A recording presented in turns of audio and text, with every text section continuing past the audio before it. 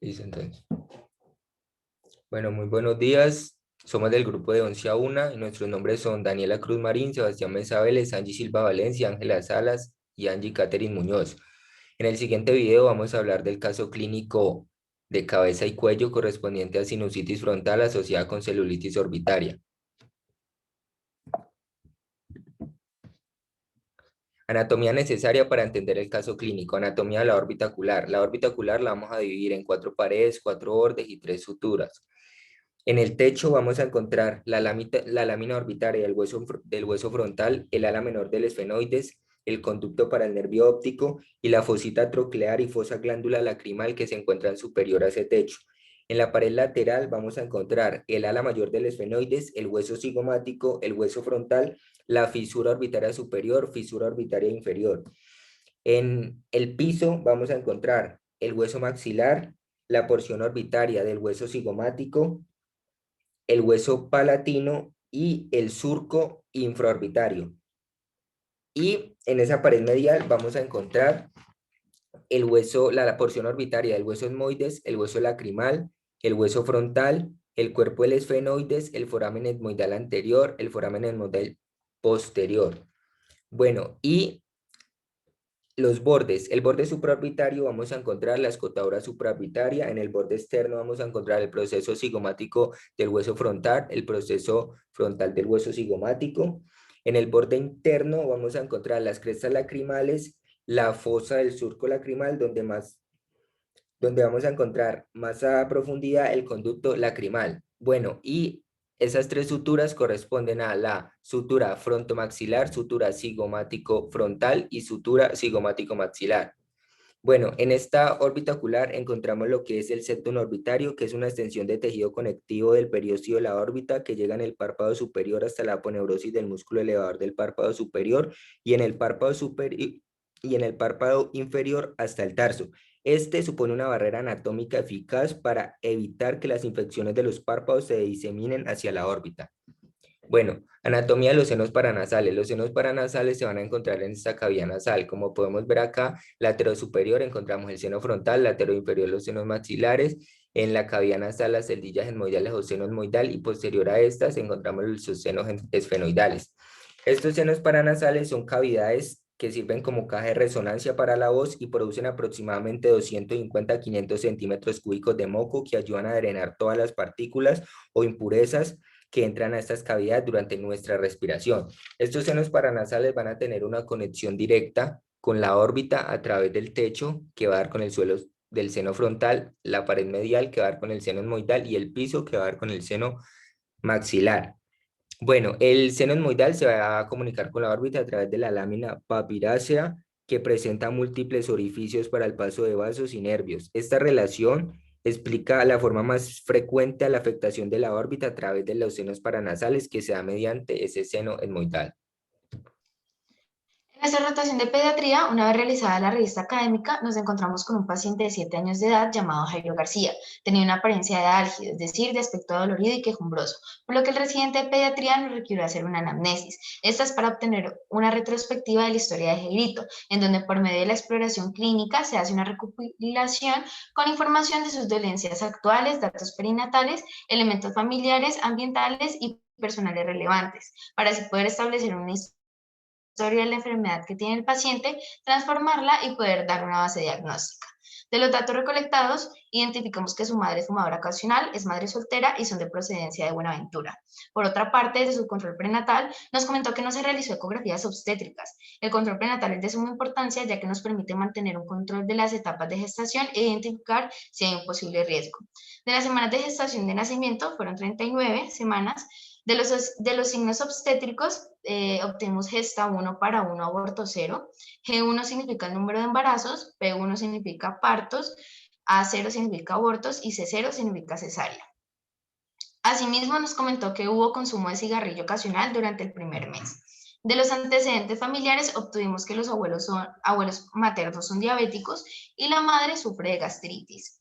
Hacer una realización de una buena historia clínica podría proporcionar probables bases de diagnóstico. En este caso es importante, ya que al tener en cuenta todos los antecedentes de Jairito, nos lleva a cuestionar diferentes factores influyentes en el estado de su salud, tales como el lugar de procedencia, pues este nos hace preguntar sobre los cuidados de higiene, o por otra parte, los cuidados directos de la madre, es decir, desde sus signos perinatales, como el consumo ocasional de cigarrillo, no revisarse durante la etapa de gestación, y por último, desde su cuidado actual. Su motivo principal de consulta fue una hinchazón en el ojo. Ella comentó que Jairito presentaba un cuadro de 8 días de evolución consistente de cefalea, es decir, de dolor de cabeza, y de rinorrea, es decir, secreción nasal. También presentó sintomatología de tos y fiebre. Esta fue manejada por la madre dándole Advil y limonada por 3 días. Sin embargo, no presentó mejoría, por lo que decidió llevarlo a la EPS, en donde se identificó un edema palpebral en el ojo izquierdo, limitación para apertura ocular a causa del edema palpebral, impedimento de evaluación de agudeza visual, dolor a la percusión en la región frontal. Esta se realiza con el fin de delimitar zonas de distinta sonoridad por medio de pequeños golpes con los dedos de las manos sobre la zona corporal del paciente. En este caso es importante para identificar si hay dolor a nivel de los senos paranasales, específicamente de los frontales y maxilares. También hubo una presencia de halitosis. Su diagnóstico final fue de sinusitis y celulitis preceptal. Su manejo fue de amoxicilina clavulanato cada 12 horas. Lo llevó por 2 días. Sin embargo, Jairito persistió con fiebre y falta de apetito, por lo que doña Juliana decidió reconsultar a urgencias y decidieron remitirlo a la Fundación Valle del Lili. Del examen físico realizado por nosotros, obtuvimos que se observaba isocoria. Esta es una manera en la que se describe el tamaño y respuesta de las pupilas del ojo. En este caso, isocoria representa que ambas pupilas están del mismo tamaño. No se palpan masas ni adenomagalias, que es al aumento anormal del tamaño de los nodos linfáticos. No se evidencia signos de ingurgitación yugular, es decir, prominencia de vena yugular. Se logró apertura palpebral izquierda forzada. También presentó una frecuencia cardíaca de 115, 24 de frecuencia respiratoria, una tensión arterial de 170, temperatura de 38 grados, peso de 23 y 1,21 centímetros de estatura.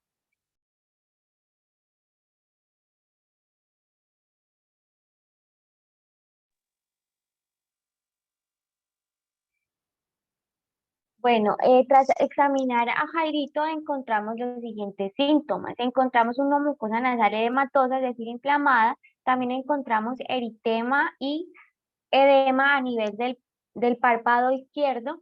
Y también vamos a encontrar una secreción amarillenta a nivel del canto interno izquierdo, al igual que una descarga posterior verdosa.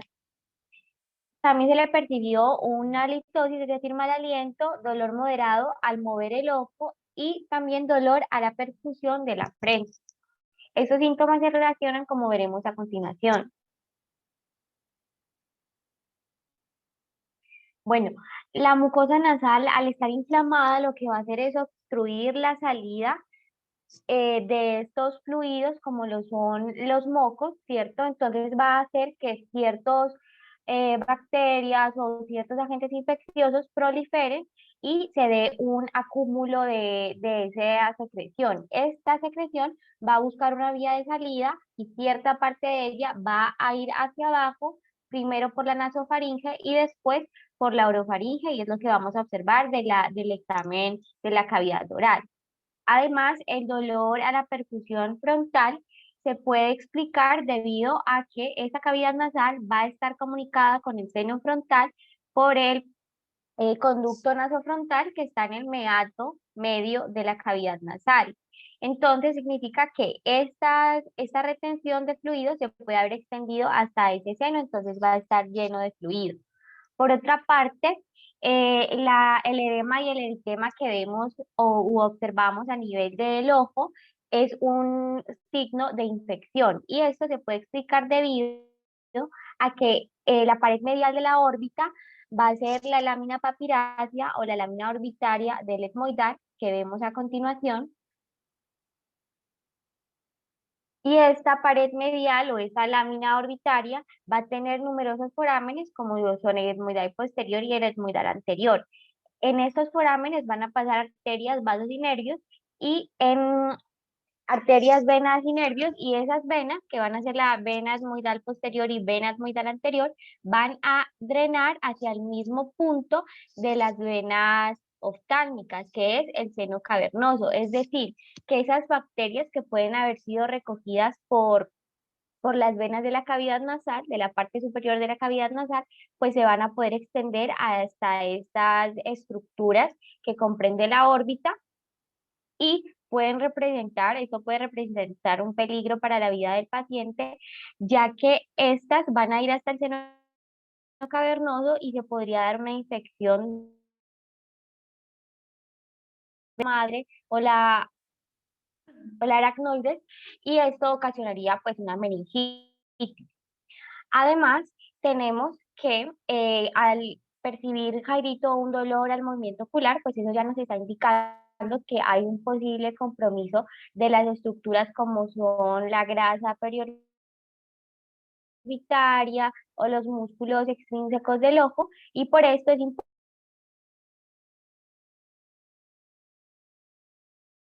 Podemos ver a continuación un ejemplo de él.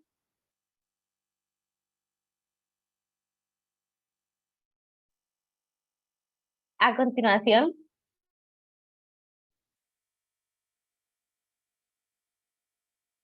bueno, aquí lo que estamos observando es el drenaje venoso de esa cavidad nasal que se va a conectar con el del ojo y después va a ir al seno cavernoso. Y a continuación vemos el TAC orbitocraneal. Bueno, en este ejemplo el paciente tenía un absceso, ¿sí?, en el ojo derecho, y además también tenía una sinusitis etmoidal en el seno etmoidal derecho. Entonces, esto es un ejemplo de lo que podríamos hallar al hacerle este examen a Jairito, y eso nos podría indicar cómo proceder y saber qué tan comprometidas están esas estructuras.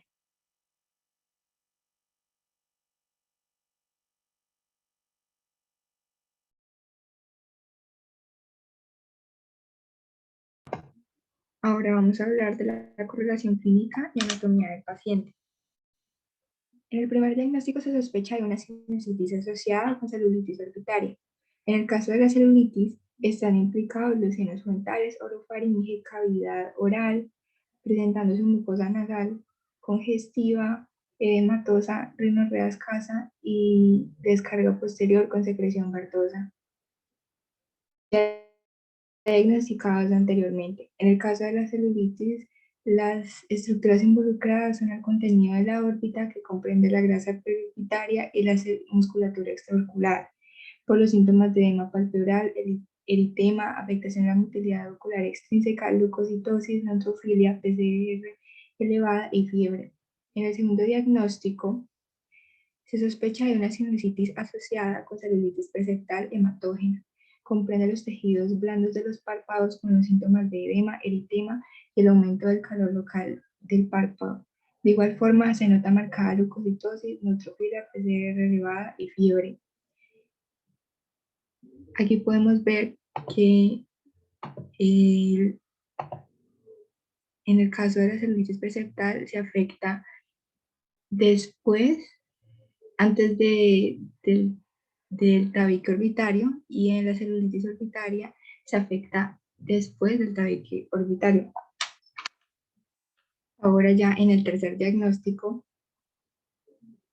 se puede notar que se comprometen los tejidos blandos de los párpados con los síntomas de edema y eritema. Después de considerar los tres posibles diagnósticos, en cuanto al tratamiento inicial, consideramos que estuvo bien, aunque el doctor anterior le había diagnosticado una celulitis preseptal. Básicamente el tratamiento inicial es el mismo para la celulitis orbitaria. Sin embargo, debido a la persistencia, se debe optar por un manejo endovenoso ya como una celulitis orbitaria. La amoxicilina clavulanato, tanto en niños como en adultos, funciona como tratamiento para la infección bacteriana por cepas resistentes a la amoxicilina, que se denominan productoras de beta-lactamasas. Eso quiere decir que las penicilinas y antibióticos beta-lactámicos de primera línea pueden no funcionar porque esas bacterias producen una serie de moléculas que inhiben la función de los antibióticos. Por eso el clavulanato sirve para quitarles a las bacterias esa capacidad de beta-lactamasas, y así el antibiótico puede realizar su efecto. Hay que resaltar que la celulitis preseptal y orbitaria comparten algunos signos y síntomas clínicos, como son el edema, el eritema, pero en general se trata de dos procesos diferentes. Es muy importante distinguir ambas entidades. Pues en general, la celulitis preseptal es una infección que no suele ocasionar grandes complicaciones. Por el contrario, la celulitis originaria puede conllevar complicaciones graves como la infección del sistema nervioso central. De igual forma, notamos que, teniendo en cuenta los anteriores resultados obtenidos en los paraclínicos que solicitamos, podemos ver que la hemoglobina y el hematocrito de Jairito están en rango normal, pues la hemoglobina fue de 13.5 gramos por decilitro y el rango está entre 11.5 y 13.5. En cuanto al hematocrito, Jairito presentó 38.6, estando dentro del rango entre 35 y 40.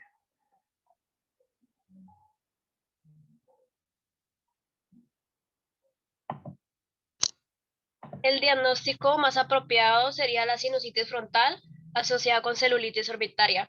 Esta se caracteriza por edema palpebral, limitación de motilidad ocular extrínseca, eritema, PCR elevada que indica la existencia de una infección y manifestaciones generales como son la fiebre y leucocitosis, que es una elevación de producción de glóbulos blancos, que en este caso va asociado a la infección, y los neutrófilos son un tipo de estos glóbulos que se activan al detectar una infección de tipo bacteriano. El tratamiento se utilizan derivados de las quilonas, que son agentes con actividad antimicrobiana, como es la amoxicilina carbulánica, y otra medicación también podría ser la cefalosporina de tercera generación con ceftriaxona más clindamicina. Las cefalosporinas tienen un espectro antibacteriano. También se suelen utilizar vasoconstrictores nasales y analgésicos. Estos últimos son para el dolor. El tratamiento empieza siendo oral. Si existe mala respuesta oral tras 24 y 48 horas, como es el caso de Jairito, se empieza el tratamiento endovenoso, por lo general entre 7 y 10 días. La madre debe tener en cuenta los signos de alarma, que son dolor a la movilización ocular, fiebre de difícil manejo, hiporexia, que es la pérdida de apetito. Estos tres ya los presenta Jairito. También son pérdida de la visión, cefalea intensa, rigidez nucal, cambios en el comportamiento, vómitos e incontrolables. La rigidez nucal, la cefalea intensa, los cambios en el comportamiento y vómitos incontrolables hacen pensar que esta infección logró diseminarse al sistema nervioso central y puede estar ocasionando una meningitis.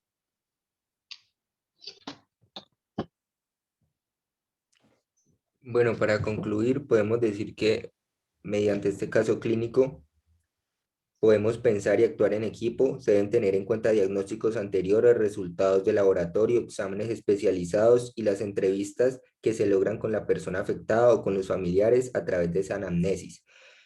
También nos permite el análisis de síntomas, de comportamientos y de expresiones corporales de los pacientes, que posteriormente se deben poner en práctica cuando se llegue a un momento de rotación en una práctica médica real. Gracias.